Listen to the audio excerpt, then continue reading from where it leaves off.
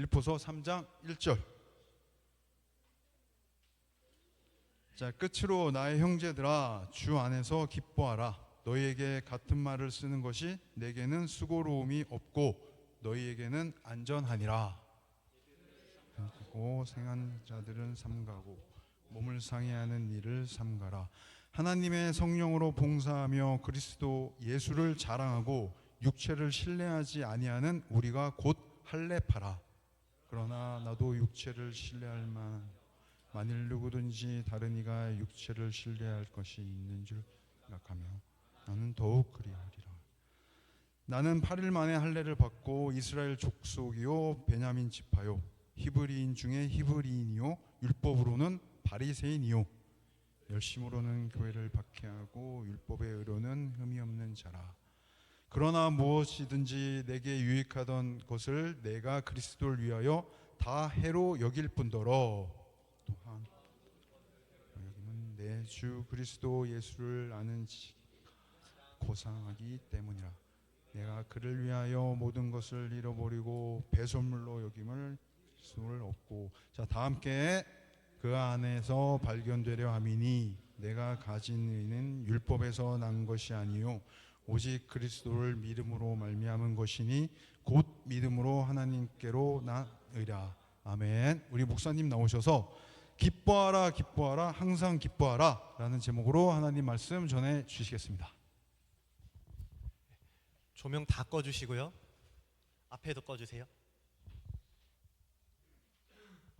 이영구 딸 이혜승 예쁜 빛 산부인과 소리 좀 켜주세요. 12월 23일 14시 28분 태어났어요. 예승이 2.1kg.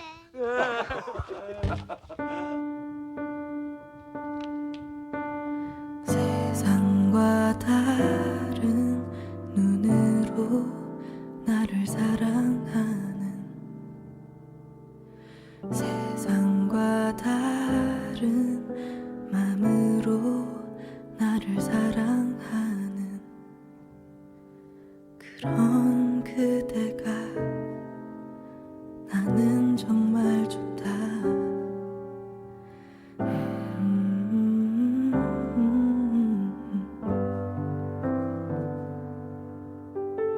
나를 안아주려 하는 그대 그 품이 나를 잠재우고 나를 쉬게 한다.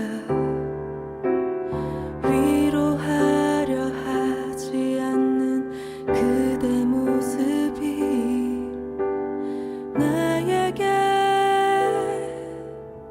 큰 위로였다. 나의 어제야 그대가 있고 나의 오늘엔 그대가 있고 나의 내일엔 그대가 있다. 그댄 나의 미래다.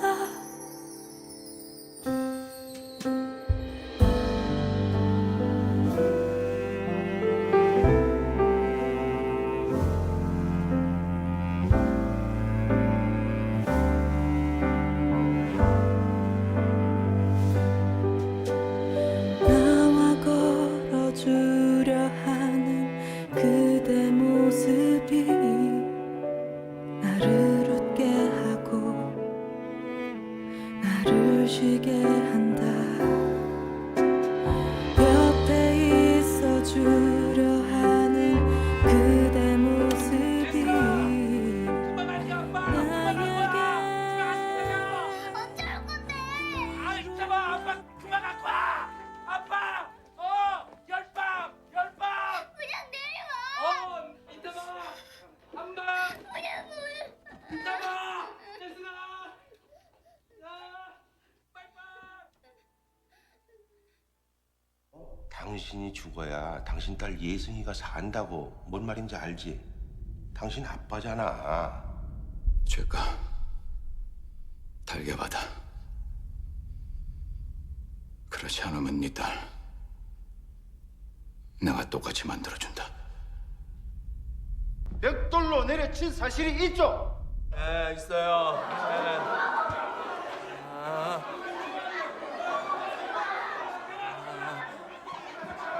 맞아요. 내가 그랬어요. 내가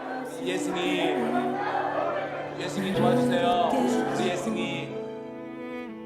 나를 쉬게 한다. 옆에 있어 주려 하는 그대 모습이 나에게 큰 위로였다.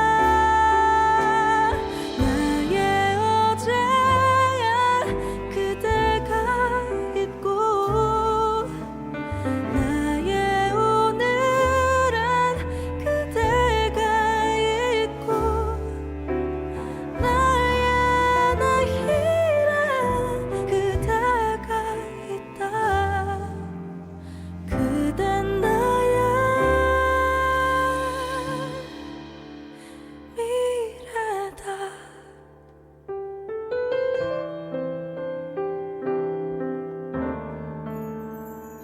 불 켜주시고요.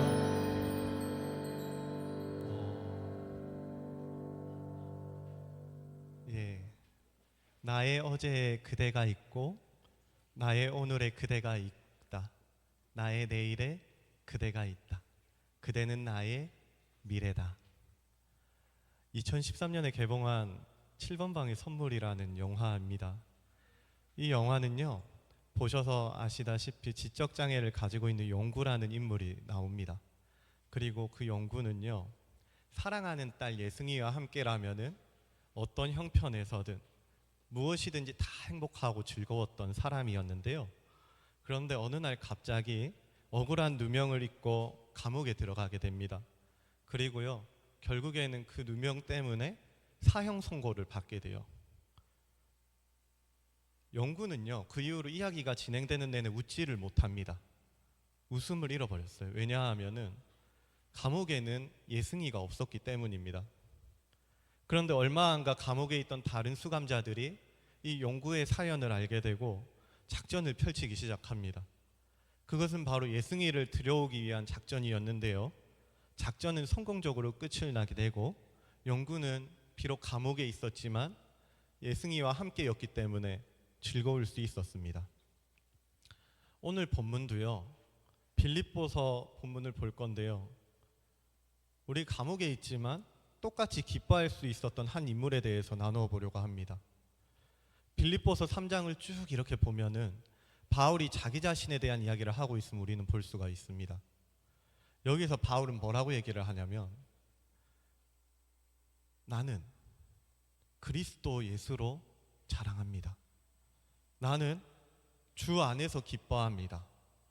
나는 그리스도 예수로 인해서 지금까지 나에게 유익했던 것들을 전부 다 해로 여깁니다. 나는 심지어 이것들을 배설물로 여깁니다. 이렇게 얘기를 합니다. 이처럼 바울은요, 자신의 삶을 예로 들면서 우리 크리스천들이, 예수를 믿는다는 사람들이 무엇을 자랑해야 되고 또 무엇을 바라보고 어떻게 살아가야 되는지, 우리의 기쁨은, 행복은 어디에 있는 것인지 차근차근 설명해 주고 있습니다. 자, 그래서 1절을 한번 보시겠습니까? 1절을 보시면은 바울은 끝으로 나의 형제들아, 나의 형제들아, 주 안에서 기뻐하라, 주 안에서 기뻐하라고 이렇게 권면을 하고 있습니다. 그런데요, 이 기뻐하라는 말이 사실 여기만 언급되는 게 아니에요. 빌립보서 총 4장이거든요. 총 4장으로 구성되어 있습니다. 그런데 이 4장 가운데 바울은 계속해서 기뻐하라는 말을 해요. 자, 한번 볼까요? 먼저 1장 18절을 보시면은, 그러면 무엇이냐, 거칠어로 하나 참으로 하나 무슨 방도라든지 전파되는 것은 그리스도니 이로써 나는 기뻐하고 또한 기뻐하리라고 얘기합니다. 2장 17절도 그래요. 만일 너희 믿음의 재물과 섬김 위에 내가 나를 전제로 드릴지라도, 나를 제물로 드릴지라도, 내가 그렇게 희생할지라도, 내가 죽는 한이 있어도 나는 기뻐하고 너희 무리와 함께 기뻐하겠답니다. 18절도 그러죠. 이와 같이 너희도 기뻐하고 나와 함께 기뻐하라. 4장 4절과 10절도 말합니다. 주 안에서 항상 기뻐하라. 내가 다시 말하노니 기뻐하라. 내가 주 안에서 크게 기뻐함은이라고 계속해서 기쁨에 대한 말을 반복하고 있는 것입니다. 한마디로 이런 거예요. 나도 기뻐할 테니 너희도 기뻐해라. 너희도 기뻐할 수 없겠니? 이렇게 계속해서 기쁨에 대한 강조를 하고 있는 겁니다. 그런데 여러분 물어봅시다. 여러분은 기쁩니까? 지금 웃고 있는 친구가 여기 앞에 한 명 빼고 한 명도 없습니다. 진짜 딱 한 명 있네. 조수연. 조수연은 왜 기쁜지 모르겠어요. 근데요, 여러분, 이렇게 계속해서 기쁨에 대한 단어를 반복하고 있다고 한다면은 바울은 뭔가 기쁨에 대해서 말하고 싶은 특별한 의도가 있다는 게 아니겠습니까? 맞죠? 목사님이 근영이한테 계속해서 성경책 가져오라, 성경 하면은 그러면 성경에 대한 특별한 의도가 있다는 거 아니겠습니까? 그죠? 맞단 말이에요. 근데 이게 무슨 의미가 있냐면은 이 당시에 이제 바울이 이 편지를 어디에다가 쓰는지 혹시 아는 사람 있습니까? 바울이 이 빌립보서를 어느 곳에다가 보내는 걸까요? 어디에다 보낸 걸까? 빌립보서를 어디에 보낸 걸까요? 빌립보에 보내는 거겠죠. 빌립보 교회에 있는 성도들한테 보내는 건데요. 이때 당시 빌립보 교인들의 상황이 어땠는지 알아요? 기뻐할 수 있었을까요? 이 빌립보라는 지역을 보면은요, 이 빌립보는 로마에 대한 애국심이 특별한 아주 특심인 지역이었습니다. 한마디로 황제 숭배에 대한 사상이 아주 팽배했던 지역이란 말인데요. 그런데 이런 환경에서 황제가 아닌 예수를 구주로 고백한다고 하는 것은 어쩌면은 여러분들이 그냥 이 시기에 이 시대에 태어나가지고 그냥 교회에 나와서 예배를 드리고 찬송을 부르는 이런 것과는 아주 다른 거예요. 그때 당시에 예수를 구주로 시인하고 그렇게 예배를 드리고 찬송을 한다는 그런 개념은요, 어쩌면은 필연적인 박해와 그러한 고난이 반드시 따라올 수밖에 없는 그런 상황이었단 말입니다. 그러니까 빌립보 성도들에게 있어 예수를 붙잡고 신앙을 지켜낸다고 하는 것은 절대로 쉬운 일이 아니었다는 거예요. 그런데 이건 바울도 마찬가지거든요. 바울이 지금 편지를 적고 있는 데가 어딜까요? 바울은 지금 어디서 편지를 적고 있을까요? 감옥이에요, 감옥. 감옥에서 편지를 적고 있습니다. 그런데 이 감옥도요, 현대에서처럼 이렇게 밥 잘 주고 등 따숩고 도움에 에어컨 켜주고 그리고 뭐 옷도 주고 씻겨주고 다 해주는 그런 감옥이 아니라 아무것도 없습니다. 밥도 안 줍니다. 그럼 어떻게 해야 되냐? 누군가가 아는 사람이 와가지고 밥도 넣어주고 그렇게 챙겨줘야 되는데요. 그러니까 어떻습니까? 힘들죠. 심지어 채찍질을 맞기도 하고 또 고문을 당하기도 합니다. 그것만이 아니에요. 딱 형이 몇 년 딱 이렇게 정해져 있으면 좋겠는데 그것도 아니라 당장 내일 죽을지 모레 죽을지 언제 사형 선고가 또 떨어질지 아무것도 모릅니다. 그러니까 심리적으로도 불안한 거예요. 육체적으로도 너무 연약한 상황이고요, 영적으로 심리적으로 너무나도 가난해진 상태에 있는 게 바울의 상황이라는 겁니다. 그렇다면 이처럼 어렵고 힘들고 가난한 상황 가운데 있는 것을 뻔히 다 알고 있는데도 불구하고 바울이 기뻐하라고, 내가 다시 말하노니 주 안에서 기뻐하라고 얘기할 수 있는 이유는 뭘까요? 목사님도 똑같이 여러분들에게 오늘 기뻐하라고 얘기할 겁니다. 근데 목사님이 여러분들의 상황을 아예 모르는 게 아니에요. 여러분들이 어렵고 힘들고 그렇게 남들한테 말 못하는 그런 일들이 있다는 걸 어느 정도 압니다. 그럼에도 불구하고 목사님 여러분들을 향해서 오늘 기뻐하라고 얘기할 겁니다. 우준아, 그렇게 기뻐하는 게 아니라 주 안에서 기뻐하라고 얘기할 거예요. 왜 그럴까?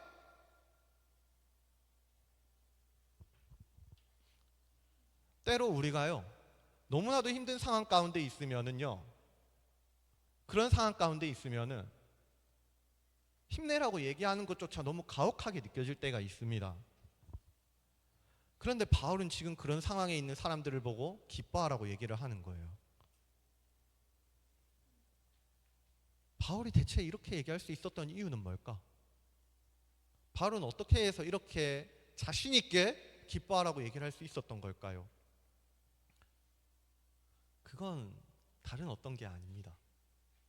바울이 말하는 기쁨은요, 세상의 기쁨과는 본질적인 차이가 있습니다. 바울은 세상의 가치나 나의 상황이나 조건 따위에 기반한 게 아니라 그리스도 안에서 참된 기쁨을 누리고 있고 너희도 누리라는 거예요. 예수 안에서라는 표현을 꼭 넣거든요. 그리스도 안에서라는 표현을 넣습니다. 그리스도 안에서 기뻐하라는 겁니다. 다시 말씀드립니다. 바울이 말하는 기쁨은 세상의 가치나 기준이 아닙니다. 나의 상황이나 조건도 아니에요. 그렇다면 바울이 말한 기쁨은 무엇입니까? 그것은 바로 우리 주 예수 그리스도 안에서 누리는 하나님의 기쁨인 거예요. 하나님의 기쁨입니다. 그렇기 때문에 바울은 얘기할 수 있는 거예요. 왜냐하면은 하나님이 변치 않으시는 분이시기 때문에, 하나님 내 상황이 어렵다 해도 그 하나님 변치 않으시는 분이시기 때문에 자신 있게 그 하나님 안에서, 그리스도 안에서 내가 누리고 있는 기쁨을 당신도 한번 누려보십시오라고 이렇게 얘기하고 있는 것입니다. 그래서 바울은 이렇게 자신 있게 얘기하는 거죠. 빌립보서 3장 3절 우리가 한번 한 목소리를 읽어보도록 하겠습니다. 함께 읽습니다. 시작!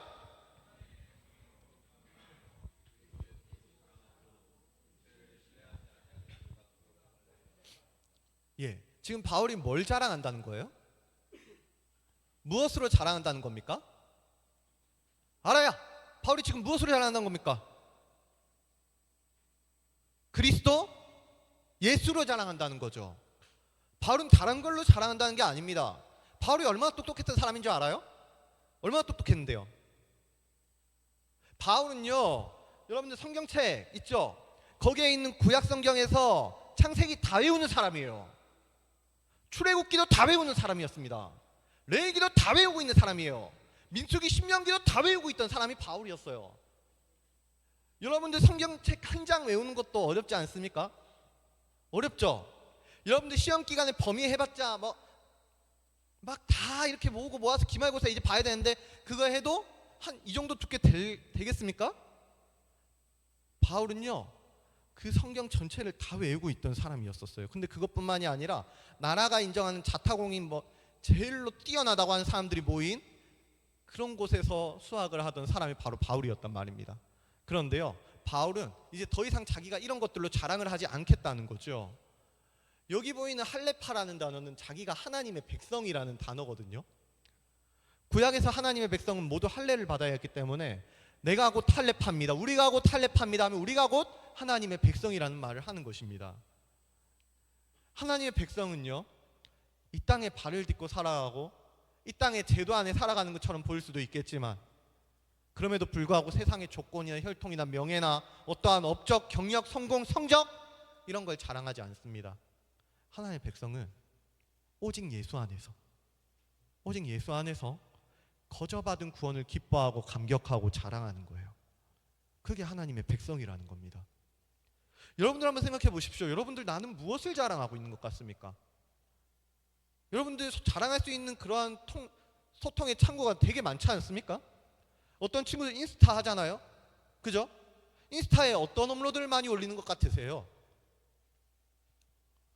막 이상한 릴스 올리는 거 보게 되는데 그 인스타 얘기한다고 막 좋아하는데 친구들 이렇게 올리고 한 게 그런 게 있는 게 생각이 나는 거겠죠? 그런데 내가 자랑하는 게 뭔지 한번 생각을 해보라는 겁니다. 바울은 자랑했던 것들이 너무나도 많았었어요. 자랑할 수 있었던 게 너무 많았습니다. 자, 3장 5절로 6절로 한번 보십시오. 바울이 자기 자신의 과거에 대해서 이렇게 탁월한 혈통과 명예와 성공을 이뤘던 사람이라고, 난 이렇게 다 이뤄봤던 좋은 성적을 받았던 사람이라고 이렇게 올리고 있는 건데요. 자, 보십시오. 자기는요, 할례파 중에 할례파래요. 그래서 나는 8일 만에 할례를 받고 이스라엘 족속이요 베냐민 지파요 히브리인 중에 히브리인이요 율법은 바리새인이요 열심으로는 교회를 박해하고 율법으로 위로는 흠이 없는 자라고, 자기는요 하나님이 하지 말라는 거 다 지켰답니다. 그런 자라고 자기 자신을 소개하고 있는 거예요. 근데 이렇게 유대인 중에서 최고로 탁월한 자라고 얘기하는 그 바울이 어떻게 변화가 되는 거냐면, 자, 7절로 9절 봅니다. 7절로 9절. 그러나 무엇이든지 내게 유익하던 것을 내가 그리스도를 위하여 다 해로 여긴대요. 나한테 유익했던 것들이 있었거든요. 목사님이 훈련반에서 한번 얘기를 해봤어요. 근데 친구들이 목사님한테 물어보는 겁니다. 그러면 100억 주면 받을 거냐 안 받을 거냐. 그 목사님은요, 받는다 했을까요 안 받는다 했을까요? 목사님은 안 받는다 했습니다.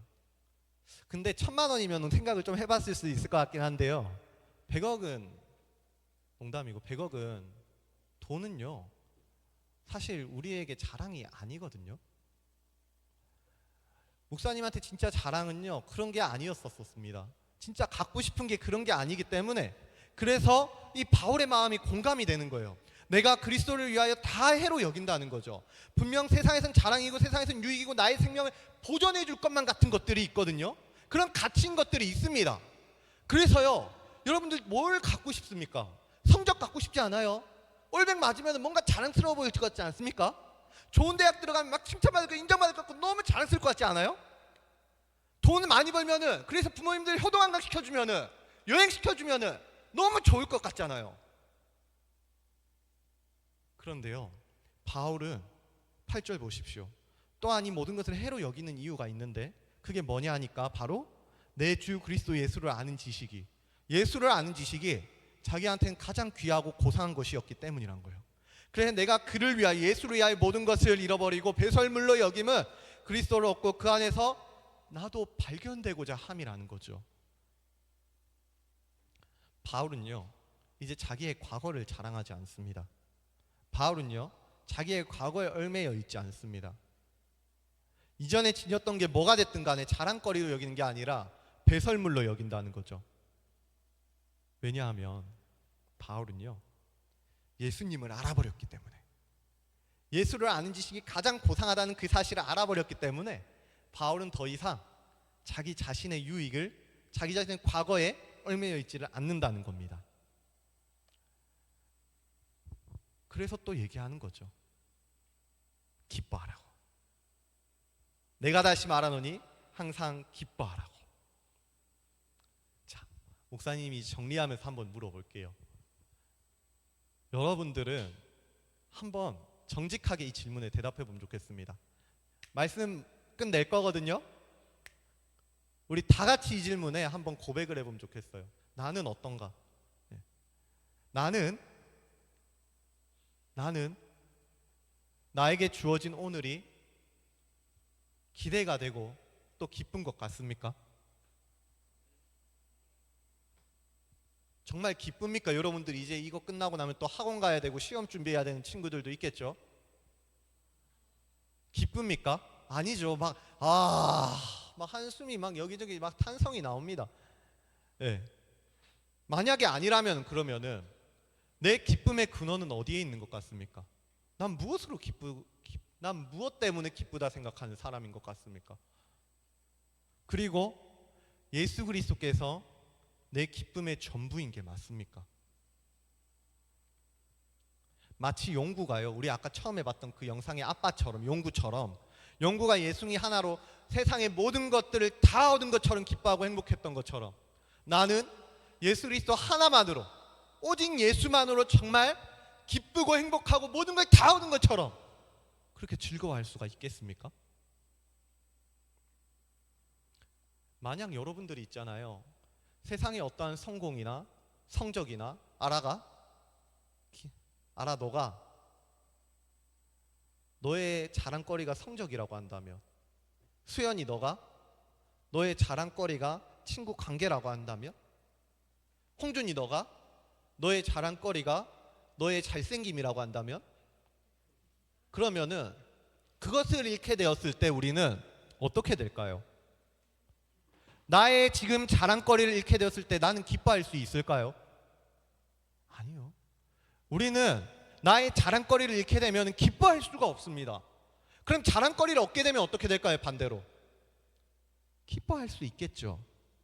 그럼 여러분들의 자랑거리가 무엇인지의 그거의 기준에 따라서 나는 잃게 되냐 얻게 되냐에 따라서 기뻐하냐 아니면 슬퍼하냐 힘들어하냐, 이게 결정이 될 거라는 말입니다. 그런데 우리의 자랑이 오직 그리스도 예수 한 분뿐이라면 우리는 매일 기쁘고 매일 화평하고 매일 자랑할 수가 있는 거예요. 왜냐하면은 우리 주님께서는 변하지 않으시거든. 우리 주님께서는요 신실하시거든요. 그렇기 때문에 주님이 변하지 않는다 한다면은 우리는 매 순간순간에 또 한 주의 구석구석을 기쁨으로 채워갈 수가 있는 겁니다. 내 상황이 어떻든, 성적이 어떻든, 내 감정이 어떻든 주님으로 인해서 또 기뻐할 수가 있는 거예요. 그러므로 우리가 제일 먼저 해야 되는 일은요, 다른 게 아닙니다. 우리는요, 내 기쁨이 무엇인지, 내가 자랑하는 게 뭔지를 먼저 찾아내야 되는 거예요. 그래서 우리가 이번 한 주에는요, 이렇게 한번 해보면 좋겠습니다. 나는 무엇을 자랑하고 있는가? 나는 정말 예수를 자랑하고 있는가? 그거를 잘 생각해 봤으면 좋겠어요. 그리고 나서 만약에 아니라고 한다면은 다시 한번 내가 왜 예수를 어떻게 하면 자랑할 수 있을지 또 한번 고민해 보면 좋겠습니다. 까닭모를 고난 가운데서 기뻐할 수 있었던 우리 믿음의 선진들처럼, 감옥 안에 있었던 바울처럼, 예승이 하나만으로도 기뻐했던 용구처럼 우리의 기쁨이 정말로 예수님이 맞는지 우리도 함께 점검할 수 있으면 좋겠습니다. 네, 우리 이 시간 함께 찬양할 텐데요, 자리에서 일어납시다.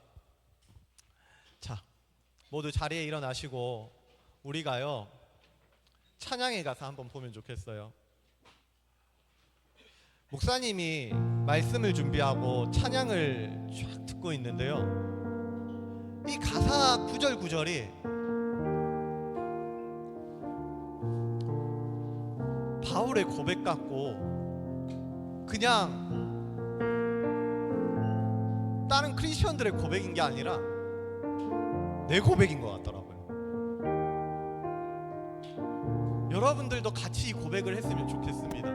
그래서 기뻐한다고 이렇게 고백했으면 좋겠어요. 바울이 지금 감옥에 있거든요. 분명히 힘들어요. 그 상황이 그냥 사람이 웃고 있다고 해가지고 다 좋은 게 아니에요. 감옥에 있는데 어떻게 좋을 수가 있겠습니까? 언제 죽을지 모르거든요. 심리적인 압박감이 있단 말입니다. 육신은 고통스럽고 몸은 불쾌하고요, 너무나도 어려워요. 그런데 그럼에도 불구하고 바울은 기뻐할 수가 있대요. 대체 어떻게 그럴 수가 있는 걸까? 바울을 말하는 거예요. 나의 평생에요, 가장 복된 일은 내가 예수님을 만난 것입니다. 나의 평생에 내가 가장 잘한 것은 내가 예수를 주로 섬긴 겁니다. 나는요, 그래서 기뻐요. 주를 섬기는 게 후회가 없습니다. 앞으로도요, 주님을 바라보고 주님을 부르고 주님을 찬송하며 살겠습니다라고 이렇게 찬양하는 겁니다. 우리 이 시간 함께 찬양하실 때 가사를 묵상하며 고백하면 좋겠습니다. 나의 평생에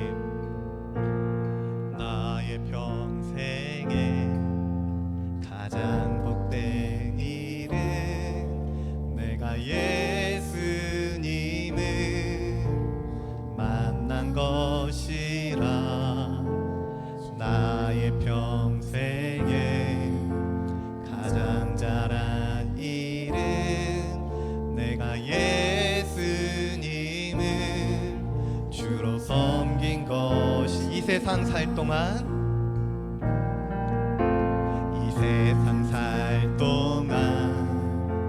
내가 걷는 길이 때론 험하여서 넘어질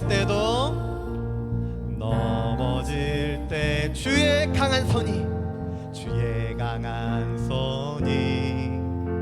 나를 붙드시니 나는 예수님만 주로 섬기며 나는 주를 섬기는 것에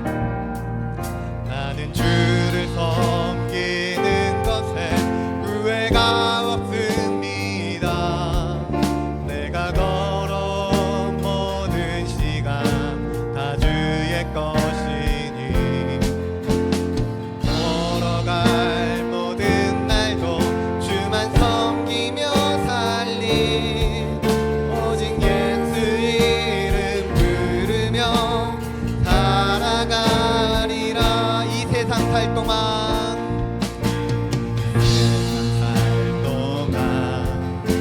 내가 걷는 길이 때론 험하여서 넘어질 때 주의 강한 손이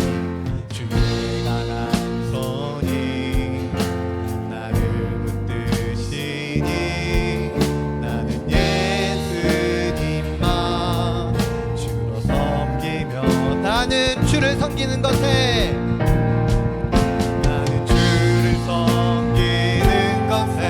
후회가 없습니다. 내가 걸어온 모든 시간 다 주의 은혜니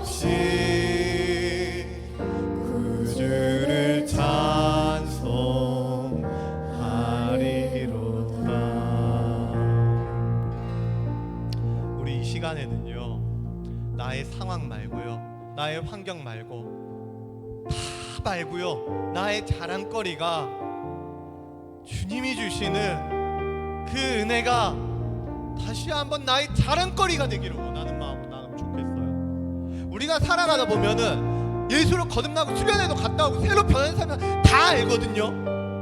훈련도 받았거든요. 그런데 살아가다 보면은 눈앞의 상황이 너무나도 커 보일 때가 있단 말입니다. 너무 답답할 때가 있다는 말이에요. 그래서 도저히 기뻐할 상황이 아닌 것 같을 때가 있거든요.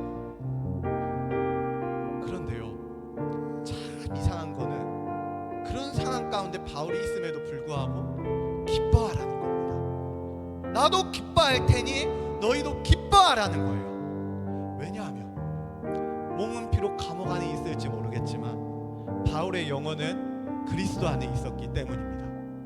몸은 비록 상처와 질고와 육신 가운데 거해 있다 할지라도 바울의 영혼은 그리스도 안에 있었기 때문에 그래서 기뻐할 수가 있다는 거예요. 우리 이 시간 함께 기도할 때요, 이렇게 기도해 봅시다. 주님, 바울이 그랬던 것처럼 나도 내 상황이 어떻든 주님 안에서 기뻐하게 하여 주시옵소서.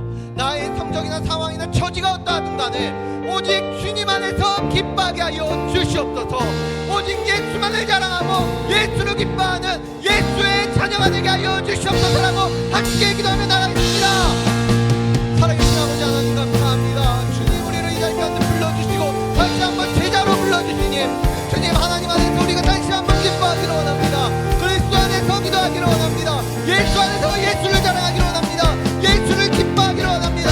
예수로 회복되는 제자가 되기를 원합니다. 오직 주를 생기기만 내 우리가 되기를 원합니다. 그러니 주님, 우리 이 시간도 여기 나의 인생의 그 가운데에는, 나의 믿음과 신앙과 인생 가운데에는 예수를 말미암아 후회할 것이 없습니다라고, 예수를 따르며 후회할 것이 없습니다라고 그 고백하는 믿음의 제자들이 되게 하여 주시고, 주님, 우리 살아갈 때요, 때론 너무나도 힘들고 어려운 사람들이 있을 수 있습니다. 그래서 시험 기간이라는 생각이 들 때는 한숨이 먼저 나오는 그런 때들입니다. 그러나 주님, 우리가 주님께로 나아가기를 원하오니, 주님께서 주는 예수 안에 살아주시는 그러한 제자들이 되기를 원하오니, 주님, 이 시간도 나의 고백이, 나의 간증이 오직 예수로 말미암아 간증이 되게 하여 주시고 나의 찬송이 되게 하여 주셔서 내가 살아주시는 모든 순간 가운데 끊임없이 구주를 찬송하는 믿음의 제자 백성이 되게 하여 주시옵소서. 그래서 주님도 원합니다. 나아갑니다. 우리 사랑이 무엇일 때 그 고민한 그 순간마다 주님 지혜의 은혜로 충만하여 주셔서 주님 주시는 그 은혜로 그리고 또 살아가는 우리 모든 중등부 영혼들이 되게 하여 주시옵소서.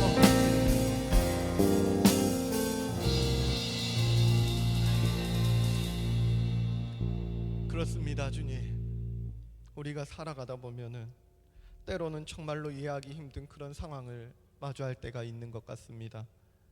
그래서 너무 답답하기도 하고 막막하기도 해서 그저 탄식의 한숨만 우리 이 입가에 메몰게 될 때가 있는 것 같습니다. 주님, 그러나 그럼에도 불구하고 주님은 이 모든 상황과 처지와 환경과 고민과 어려움과 염려와 근심보다 더 크신 하나님이심을 우리가 믿사오니 그리스도만이 나의 자랑이고 그리스도만이 나의 반석이며 그리스도만이 나의 기쁨이 되게 하여 주셔서 감옥 안에서도 기뻐할 수 있었던 바울과 같이 나 또한 주님 한 분만으로 만족하고 그렇게 찬송하고 기뻐할 수 있는 주님의 은혜를 누리게 하여 주시옵소서. 이제는 우리 주 예수 그리스도의 은혜와 하나님의 무궁하신 사랑과 성령님의 감화 감동 교통하심이 감옥 안에서 슬퍼하는 게 아니라 예수 안에서 기뻐할 수 있는 우리 모든 중등부 선생님들과 학생들이 이 머리 위에 이제로부터 영원까지 항상 함께 있을지어다. 아멘.